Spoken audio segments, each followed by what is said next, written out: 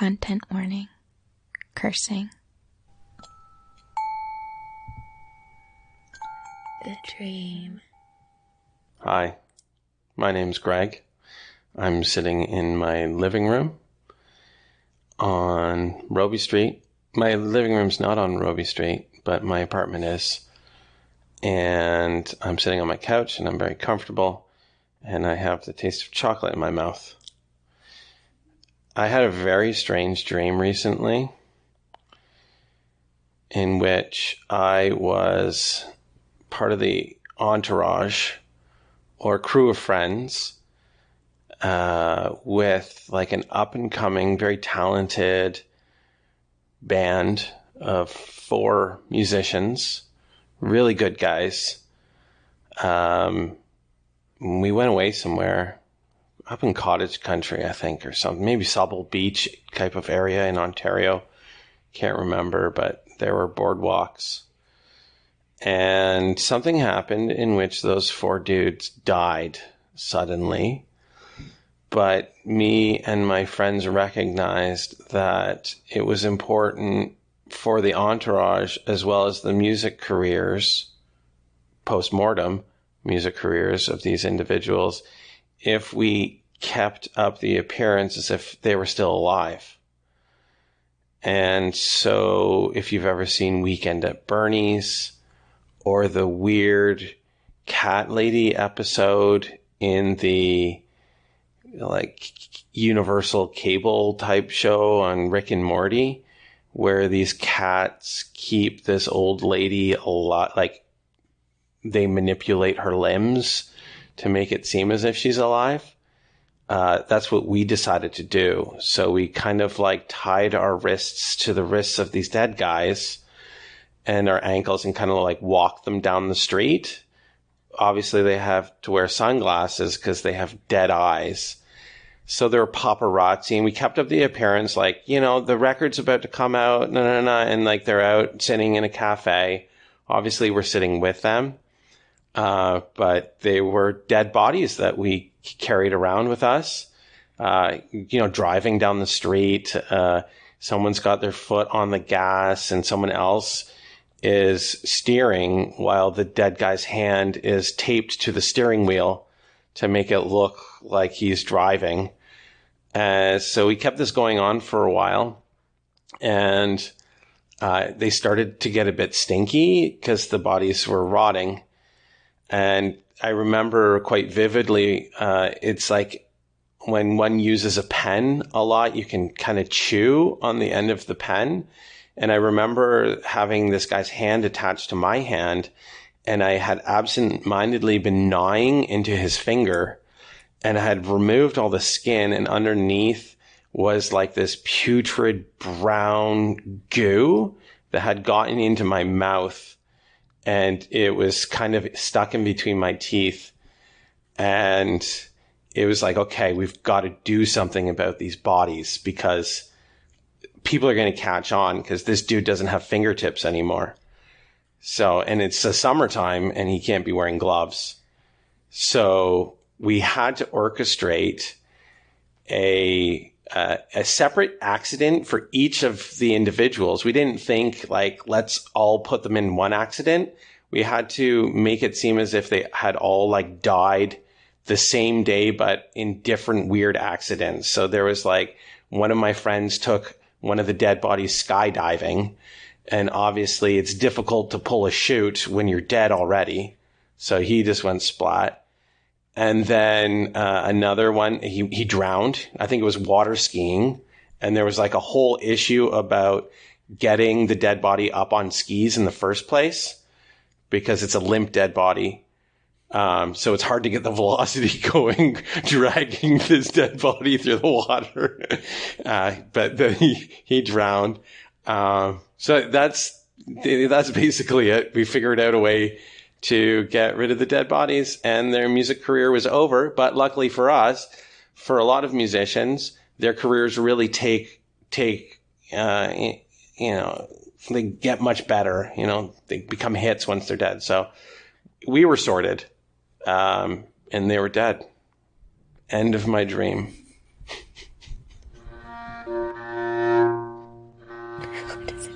does it mean? What does it mean? So, this is Greg, with a disgusting and hilarious, basically movie of a dream. Oh, yeah. It's just a rollicking, gross comedy. Yeah. It's very, very detailed, very complete narrative. Yeah. Disgusting fingertips. Yeah, I don't know. Yeah, the fingertips. Oh, just to be chewing off the ends of somebody's fingertips and not even recognize that you were doing it is so horrible.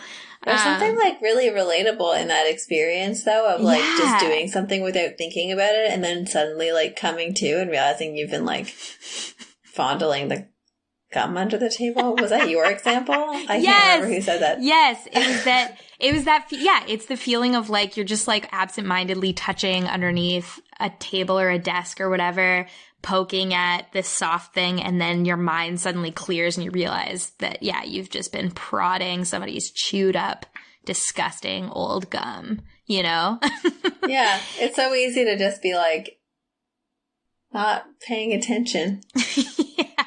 Yeah, and actually, then, yeah. Yeah. Man, I definitely absentmindedly put pens in my mouth. And I was at work today and, we're in a pandemic, and I just kept putting other people's pens in my mouth and then realized what I was doing. I was like, oh God, this is a bad first impression. Break that habit. Yeah, I really do. Yeah, it's nothing like a pandemic for making you realize how frequently you put things in your mouth and also touch your face. Yeah. Yeah. And when I meet people, I actually have to clamp my hands to the sides of my body so I don't reach to shake their hands. Such a habit. Oh, yeah. Okay. What do you think it's actually about, though? Okay, let's think for a second. Let's think about this. Definitely has something to do with success, right? The whole arc revolves around this idea of not wanting to lose the success of this band, wanting to prop it up until, it's funny because in the end, it's it was totally unnecessary to do all of that, but definitely there was a feeling of needing to keep this empty shell of a thing going so that there would be a maintaining of the the success and the fame and the whatever that was going on. Yeah. But then really in the end, as he said, music careers take off after you die. Yeah. Yeah. And so was it all futile? Yeah, it really just not even futile, just unnecessary? It seems like it was all completely unnecessary, which is what makes it so comedic in a way. It's like one of those comedies where you come around to some kind of meaning in the end that's I don't know. All of it was a waste of time. I guess it wouldn't have been funny if it was it really made sense and was necessary for them to animate these dead bodies for weeks. No. Yeah, it definitely wouldn't be funny. I feel any memorable dream, there's some kind of conflict that is happening that either gets resolved or doesn't. But if it's a situation without any conflict, often it's just not as memorable. I think we probably all have lots of dreams where stuff is just going on that doesn't matter at all. And there's no tension and you just don't remember those ones. Yeah. Yeah. Fact. Okay. So what is Greg's mind? What is the conflict here that's being presented by Greg's mind to him through this story? Well, I'm pretty sure we talked about this, but that they're all the same person, that the bodies that they're propping up, the band that the dreamer is in the entourage of is actually him. And he, the dreamer, or the person in the entourage is the inner version of himself. And it's when you're, this is a cumbersome way to explain this, I think. Maybe. it's like the imposter syndrome version of himself is like the guy in the entourage, and the person who dies and they prop up is like the front that you put up to like make yourself seem legitimate to the world that you're trying to be in. Right. And then at some point that it starts to fail, or you start to realize it's like you like first you're just like feel like really distant from that persona, and you're just like kind of following it around, and then all of a sudden you're like, oh no, it's really clear that like I am the thing that is animating this persona. And then at some point the persona like dies, and you have to make the really awkward transition into it just being you that's that performer. Right. So then at that point, what do we make? Because that seems to make sense. It's like there's this cool front, there's the substancey thing that is impressive, that you're like, oh no, I need this thing, I need this front so that the world will, continue to accept me or whatever. And then eventually you realize that that's empty, you don't need that anymore, you walk away. But also like, in this, it's like they're still going to be living off of that success that shell created initially, because it's like the band was... it's like this front thing was the thing that now is creating an ongoing, presumably like income for them. Yeah, but like they go on and I see. Maybe, like, I mean, we don't see the part of the dream where like it actually continues after they die necessarily. He just kind of speculates. I feel like, but he does say like we were sorted. It's like we were, like we were good and they were dead. Like that's over. But like now we're good. I guess it's like maybe I'll take that to mean that like when you have that kind of period of needing to posture or needing to like, fill bigger shoes than you actually can fill or whatever it is, like put up that shell for other people. Like it's not that is a useless thing to do. It's not that you never need to do that. It's that there's a time and place for that and then you outgrow it.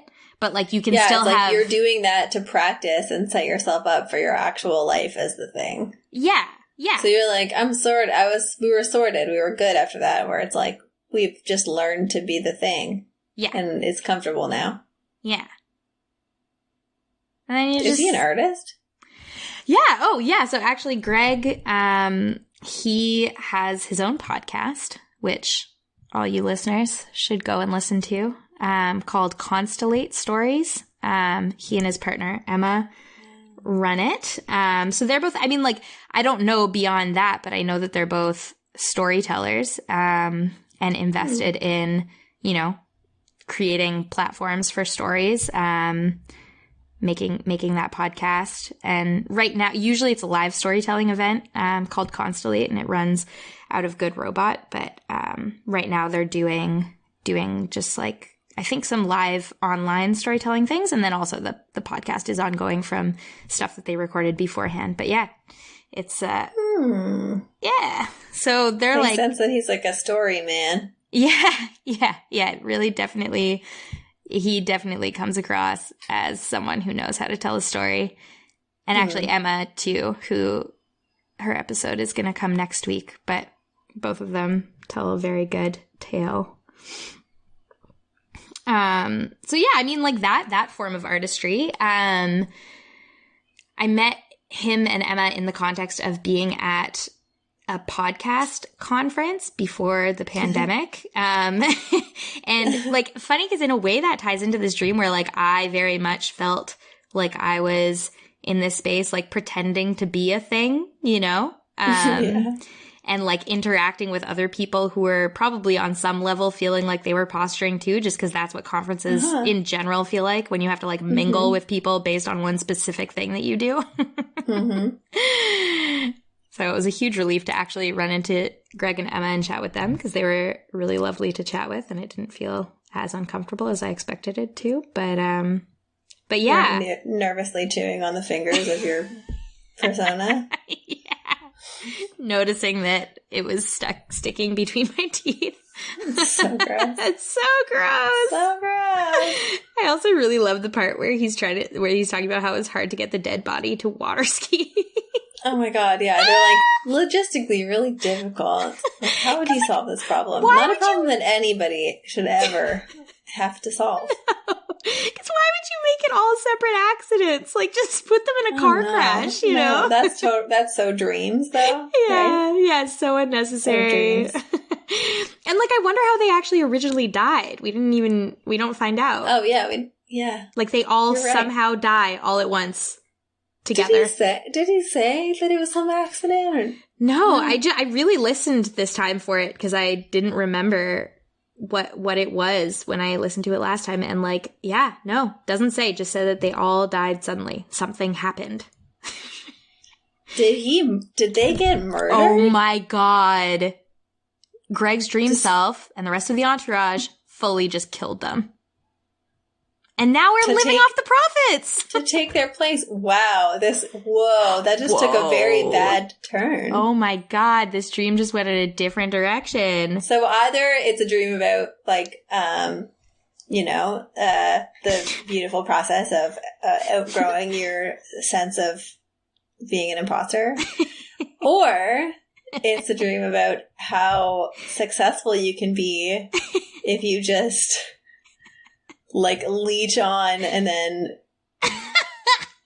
murder people that you that are successful around you. Wow. You and can what's just extra benefit from other people's hard work. Yeah. If it's that one, it's like the dream Greg was either very sneaky with real Greg and didn't let him know that, like blocked that part of his memory, or real Greg is just actually fully blocked out that part, but remembers it, and it was just too dark, And was just like, I can't share this. Can't talk about this like brutal I don't think murder. you can talk about any of the dream at all, though. If you were like, I'm going to consciously hide that one, so it must be only his subconscious that's evil. Yeah.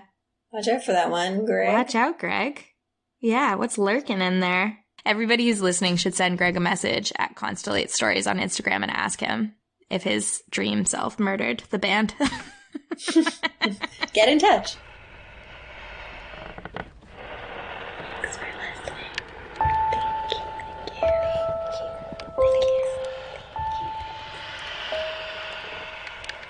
Thank you for listening. Help us keep making this by subscribing to and reviewing the podcast wherever you listen to it, and following and liking us on social media. If you love this, you can support us on Patreon. We will reward you.